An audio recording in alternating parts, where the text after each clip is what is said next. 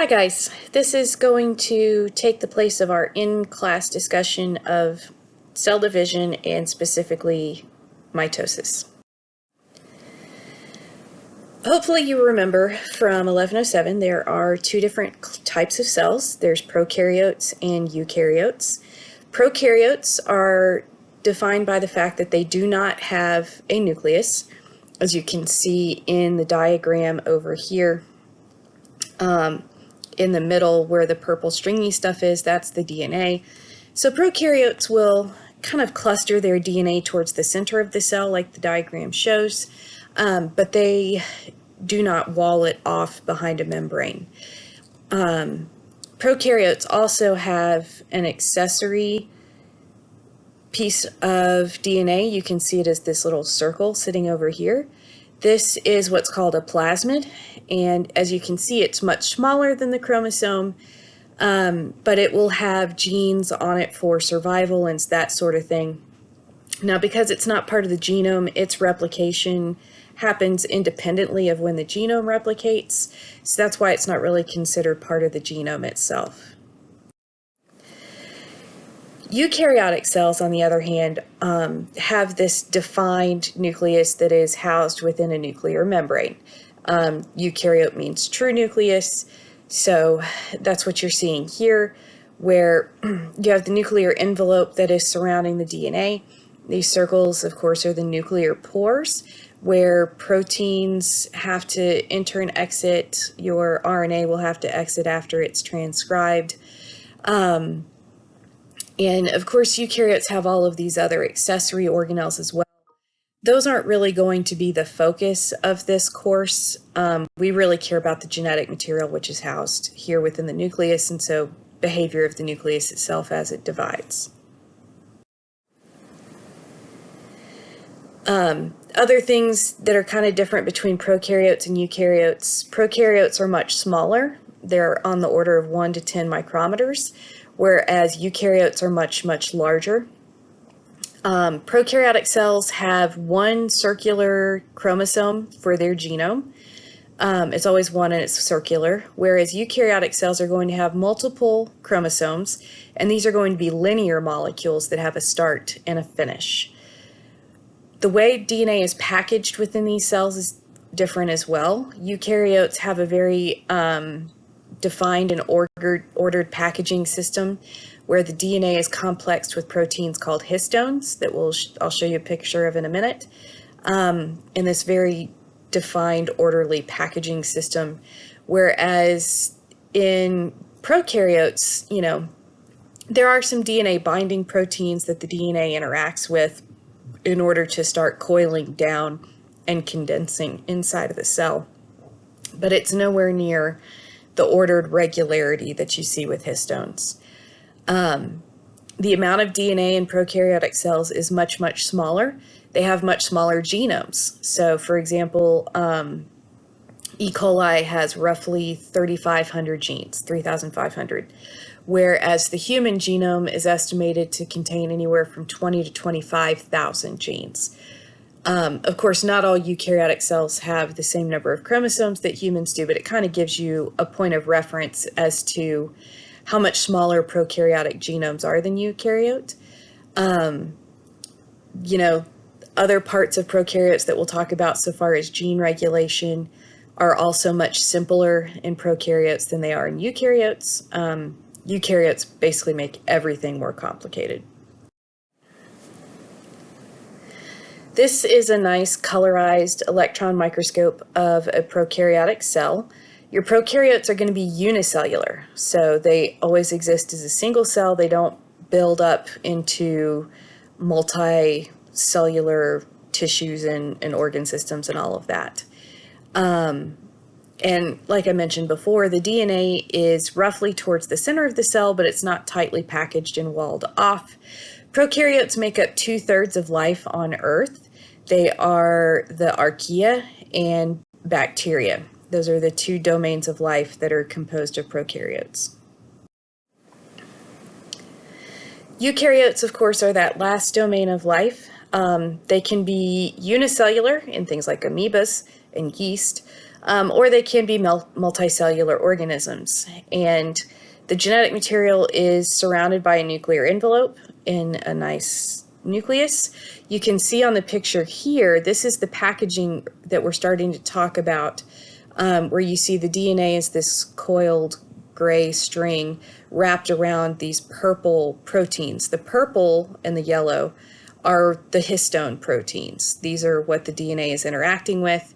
The whole complex of this whole thing, the protein and the DNA together, is called a nucleosome. And you see these chains of nucleosomes as DNA starts to be wound and coiled. Viruses, not being alive, of course, follow their own rules. You wouldn't put these into prokaryotic or eukaryotic realm because they are not cells. At the most simple virus, it's just a nucleic acid genome surrounded by a protein core that's called the capsid. And I'm not going to test you on the anatomy of really any of these types, so don't memorize all of the appendages and stuff of the prokaryotic cell. Don't worry about the organelles of the eukaryotic cell. Like I say, we're focusing on the genetics portion of this for this course. But this is a very basic virus that you see right here with the protein capsid and the nucleic acid genome sitting in there. Cells at their genetic level, we see two different molecules and things that they do. So first is DNA, which is really your storage molecule. It's like a textbook that's sitting there. It has the instructions to guide the cell on how to be the type of cell that it is. That's what these genes and all are doing, are coding for proteins that are making the cell what it is. However, DNA, like I say, is just a storage molecule. In order to actually use the information, it has to be transcribed into RNA. And it then further guides the construction of proteins and activities in the cell. There is a much, much greater amount of RNA in a cell than there is DNA. Exponentially more RNA in the cell than there is DNA. Prokaryotes reproduce by a mechanism called binary fission. And this is very simple division because the prokaryotes do not have a nucleus. And so what happens here is as the genome gets replicated, and we'll talk about this more with DNA replication, but there is a single place on the chromosome where replication starts every time. It is very cleverly named the origin of replication. As soon as you have multiple origins of replication in the cell, it starts to trigger cell division. And so here what you'll see happen is the two chromosomes move to opposite poles of the cell, and then the cell membrane pinches in the middle down here until you eventually have two daughter cells that split off by themselves. You will notice that only a small portion of the life cycle of the cell is spent in division. This happens pretty rapidly. Most of the time is cell growth and DNA replication. Now, because it's just a matter of waiting for multiple origins to exist, and there is much, much less material to be dealt with, binary fission allows for a very high rate of replication. So to give you an idea of comparison here, if E. coli is 100% happy, it has all of the nutrients and environment that it needs, it can divide roughly every 20 minutes. Whereas some of your eukaryotic cells, like some of your human cells, it takes them about 24 hours to complete one round of cell cycle. So binary fission is exceedingly rapid and efficient.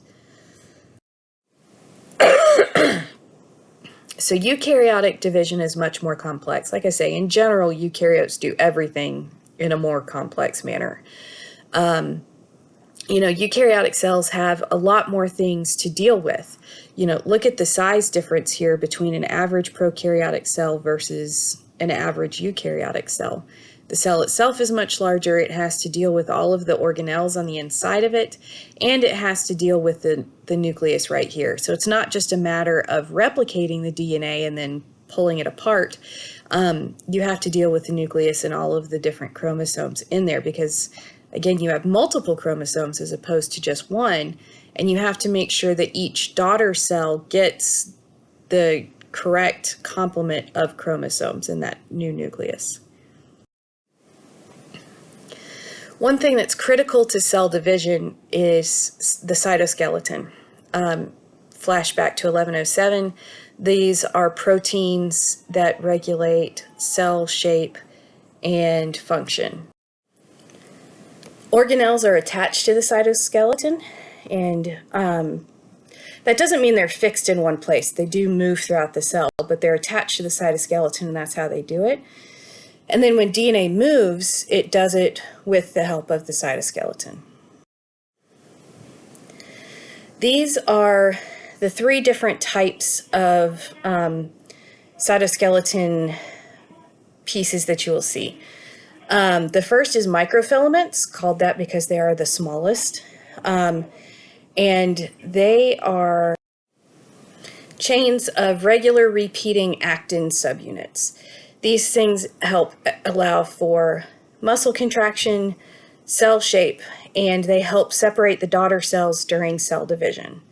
Next, you have intermediate filaments. They're going up in size, and these are helical twisting bits of fiber. They're about 10 nanometers in diameter, and they do a lot of internal support. Again, places for organelles to bind to and move around the cell. We won't really discuss them very much with cell division. And the last and largest are microtubules. They're called that because they look like tubes, as you can see here. They are constructed by repeating subunits of the tubulin protein, and they are thicker than either the microfilaments or the intermediate filaments. Where we really care about microtubules for this class is they are responsible for the movement of chromosomes during cell division. These guys are the ones that start to do the physical pulling and moving of the chromosomes. Here you can see the actin subunits of the microfilaments and how they build. A common theme of cytoskeleton is these things build and degrade in one direction. So here, all of your purple are adding onto this side, and then as the actin falls apart, it will let go from this side. So it's always, if you're looking at the way this is moving, it would be going from left to right with the way it builds. Microtubules, again, these are formed by tubulin dimers right here. That's a repeating subunit that you see over and over. And it has this shell on the outside and this hollow core in the middle that they call the lumen. And microtubules change shape during cell division and attach to chromosomes in order to pull them apart. This is an example of an amoeba, and you can see how the cytoskeleton moves a cell with this diagram. So you can see where the pseudopodia are pushing out on one side and then it's letting go on the other side. So this is how the cytoskeleton is building in the direction the cell is wanting to go, and then it falls apart at the back side of it. And you know, like I say, it just kind of gives you an idea as to how these cytoskeleton things play out.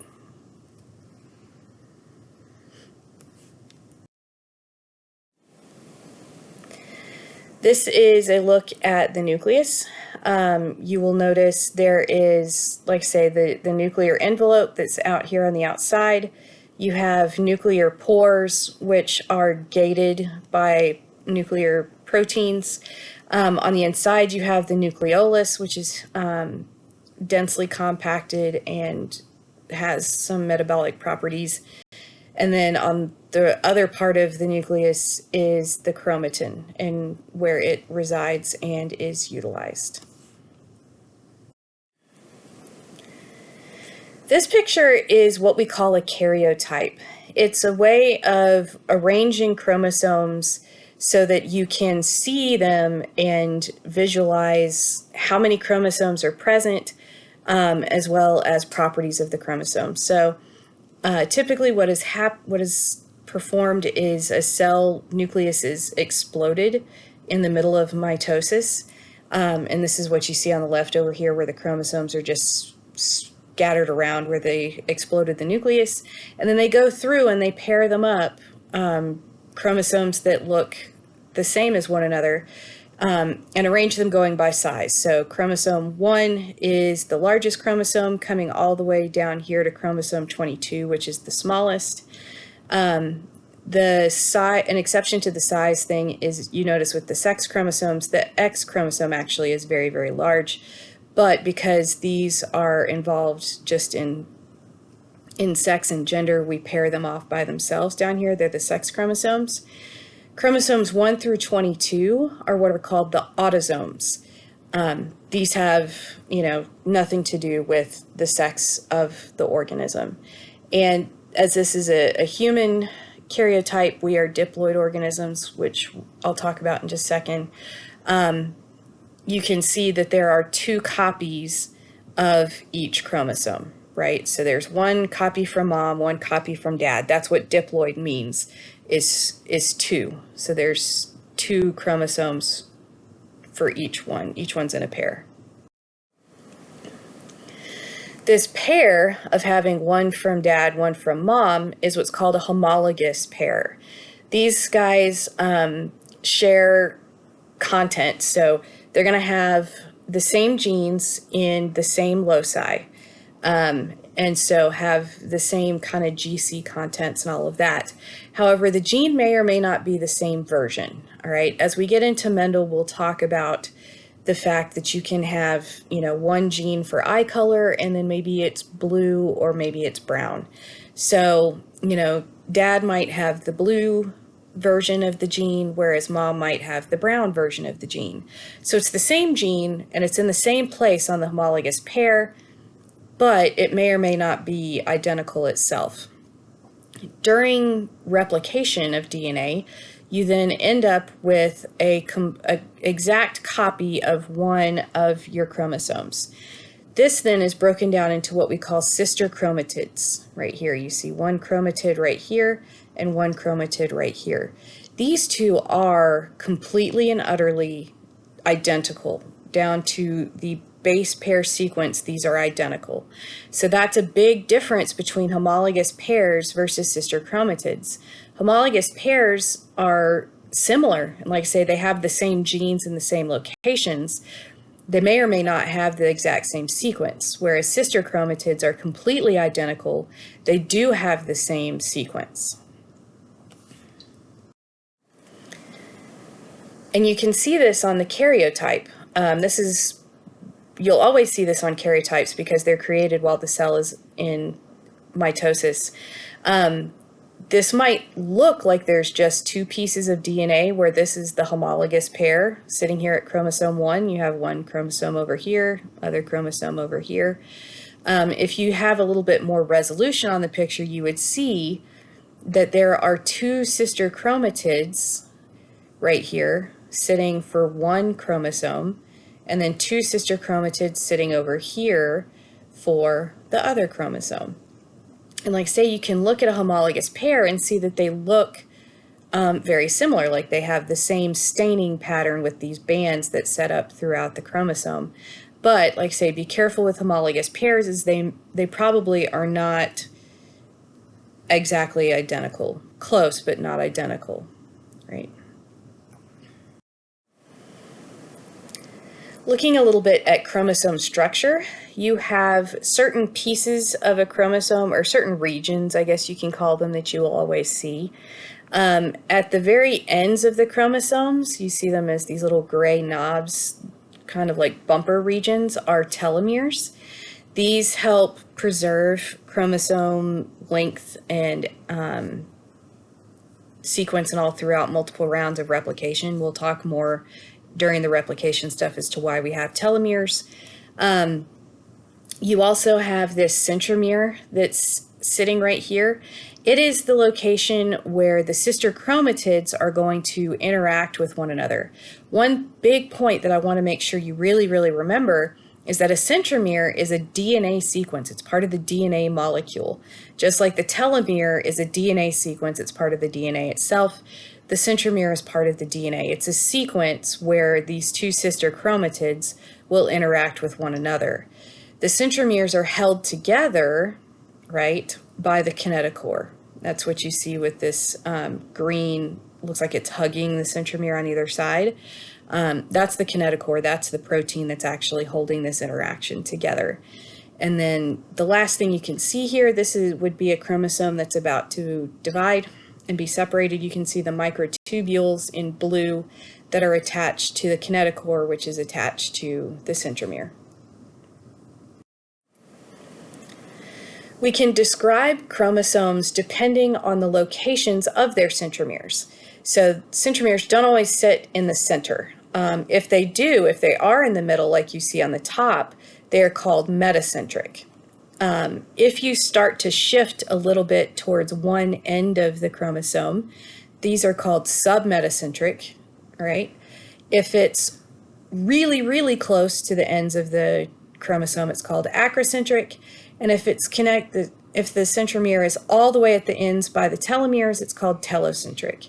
Like, that's why it's telocentric, is because it's sitting next to the telomeres. And this is another look at a karyotype and higher resolution on the right, because I really want you guys to hone in and pay attention to things here, where you have chromosome 1, and because this is a diploid organism, you have a homologous pair. You have two chromosome 1s, one from mom, one from dad. These are your homologous pair. If you zoom in, your chromosome from dad has two sister chromatids that are sitting right here together. And in this case, they've drawn all of the chromosomes as metacentric, which is not the case, but that's how they've drawn it. You have the two sister chromatids interacting at the centromere over here. And remember that these are genetically, sequentially identical sister chromatids are. Where a gene is physically located on a chromosome, where it's sitting, is called a locus. If you're talking about more than one position, as it is in the diagram up at the top up here, it's loci is the plural of it. So this top is showing you where you have telomeres sitting on either end of the chromosome. Then going throughout the chromosome, you have genes sitting at their particular gene loci. You have your centromere, which is the region right here of a particular sequence where it will be able to interact with a sister chromatid, more genes, and then the other telomere. So this chromosome right here would be existing before a round of replication has occurred. Whereas down here, now you have two sister chromatids that are bound at their centromeres. This has happened after DNA replication has occurred. After you go through a round of division, you will go back to these chromosomes being separated and not having a sister anymore. With the sister chromatids, it's not just the kinetochore sitting at the centromeres that is holding these things together. You also have a protein called cohesin that exists kind of like a ladder that is also holding the two sister chromatids together until they need to be separated during cell division. DNA is going to exist in different forms, all right? So when the cell is in the majority of its life cycle and it's doing its thing and it's using its genes, DNA exists in chromatin, loose chromatin forms. You see it on the left of the electron microscope picture. You also see it on the left of a regular light microscope, where if you look at the nucleus of this cell, the DNA is just very diffuse. It takes up the whole nucleus and you don't really see any definition to it. However, this chromatin structure is very fragile. Imagine trying to pull a bowl full of cooked spaghetti, break it in half, pull it to opposite ends of a banquet table without having a single string break in any way. It's not really going to happen, right? So it's very fragile. So for cell division, the DNA compacts down into these chromosome structures where it is now much more stable and not so fragile anymore. And you can see it in the electron microscope picture up here where the DNA is very, very densely coiled and compacted. And in the light microscope picture, you can see the chromosomes where they look kind of like worms, where they've condensed and compacted down with one another. The reason the cell doesn't keep DNA in the chromosome formation all the time is because this is inert, meaning the information here can't be accessed. It cannot be transcribed or used when it's in this condensed form. So that's why you only see it during cell division.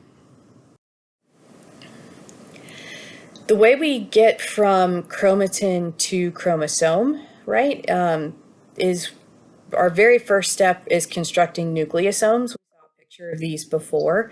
Here you have the DNA that is wrapped around the histone proteins. You'll notice that to form a histone core, it actually takes 8 different histone proteins. Then in the middle between 2 nucleosomes, you have what's called the linker DNA. That is a very defined distance. It's something that's unique to eukaryotes. If you take DNA from a eukaryote and expose it to an enzyme that, cuts DNA, you'll get this, what looks like a ladder pattern because the linker DNA is always the same length. Once you have your nucleosomes, which they call beads on a string, these then start interacting with scaffolding proteins to coil around further in, further down. These coils then start to interact even further with another scaffolding and start coiling around. It's what's called the 30 nanometer fiber. And the DNA at this point starts to do what's called supercoiling, where you build up enough torsion in here that the coils start to stack on top of one another as opposed to being, you see they're kind of separate over here, whereas once supercoiling happens, they very densely coil on one another. Ways you can visualize this are if you find an old-time telephone where the handset was attached to the main body of the telephone, it would coil, and given time, the cord that connects them will then start to coil in on itself further again. And so that's an example of supercoiling. And you keep doing this coil compaction, coil compaction, coil compaction until you get with all of these interacting with protein scaffolds until you get down to the final chromosome structure. And if you're in G1 phase, you are going to have two in, right? Because you have one chromatid of your dad's chromosome, one chromatid of your mom's chromosome. After you have completed S phase and you go into G2, the cell is then said to have 4 in of its chromatids. So now each of your homologous pairs has replicated. So you have 2 sister chromatids for your mom's chromosome, 2 sister chromatids from your dad's chromosome. So that's why you've come up to 4. And that's why it says 2 to 4, is it depends on where you are in interphase. In early interphase with G1, you're at 2N. Late interphase with G2, you're at 4N. All right.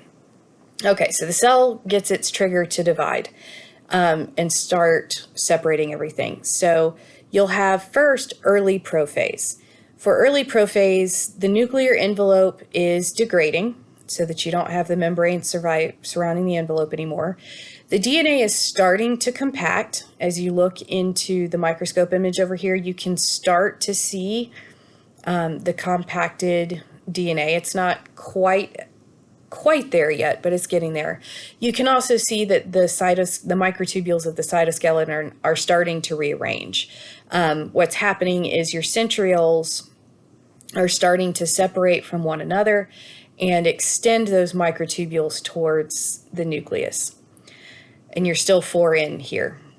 In late prophase, now your chromosomes have fully condensed, so you see the little worms up here in the light microscope picture. And your your centrioles have moved to either pole of the cell. They are directly opposite from one another. And the microtubules that they are extending now are called spindles. Spindles extend from the centriole to the centromere of the chromosome. So you can see here you have two sister chromatids of the yellow right here. Those are sister chromatids that are bound at their centromeres, and the spindles are attaching to that centromere kinetochore region. The next phase is visually the easiest to identify.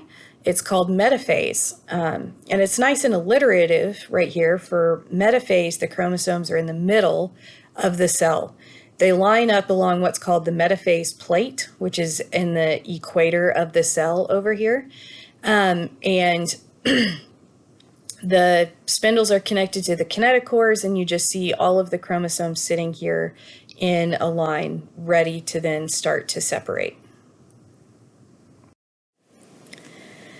For the next phase, we have anaphase. And here, this one is another example of where your chromosome complementation changes throughout the phase. So at the beginning of anaphase, you're still 4N. However, during anaphase, the sister chromatids start separating and moving towards opposite poles of the cell. So once the sister chromatids are separated, you go back down to a 2N state. Again, it's 2 because you have one chromatid for mom, one chromatid for dad. And this is really critical for mitosis to remember. What's separating is sister chromatids. That's what mitosis separates to either end of the cell is sister chromatids. Once the chromosomes, the chromatids have gotten all the way to the poles of the cell, you can see the blue is the DNA that's all the way at the poles. This is said to be telophase. Again, the cells are 2N. They go back to 2N at this particular point. And the spindles are starting to be less defined. The microtubules are starting to prepare for the cytoplasmic division as opposed to the nuclear division, because at the end of telophase, mitosis is complete. So assuming everything went correctly, hopefully, for cytokinesis, here you see a pinching in of the cell membranes. There's actually a protein that comes in right here, and it slowly contracts like a diaphragm until the cells pinch apart from one another. And you end up with two daughter cells that each have one copy of their homologous pairs. You have one centriole, and you have roughly the same number of organelles as you do with your parent cell. And remember, these two daughter cells are genetically identical to the parent cell. Assuming everything went correctly, they are genetically identical both to one another and to the parent cell. So that is what happens after cytokinesis. All right, so that is the process of nuclear and cell division and what the chromosomes are doing throughout there. Things to hone in on, like I say, are knowing if you are 2N or 4N, depending on which phase of the division you are in, knowing G1 versus S versus G2, making sure you know for mitosis you start with one parent cell, end up with two identical daughter cells. During the nuclear division, you are separating sister chromatids. So these are some of the kind of high points to notice for mitosis. If you have any questions, please feel free to ask me during class. Come to office hours, shoot me an email. I will always be glad to help you.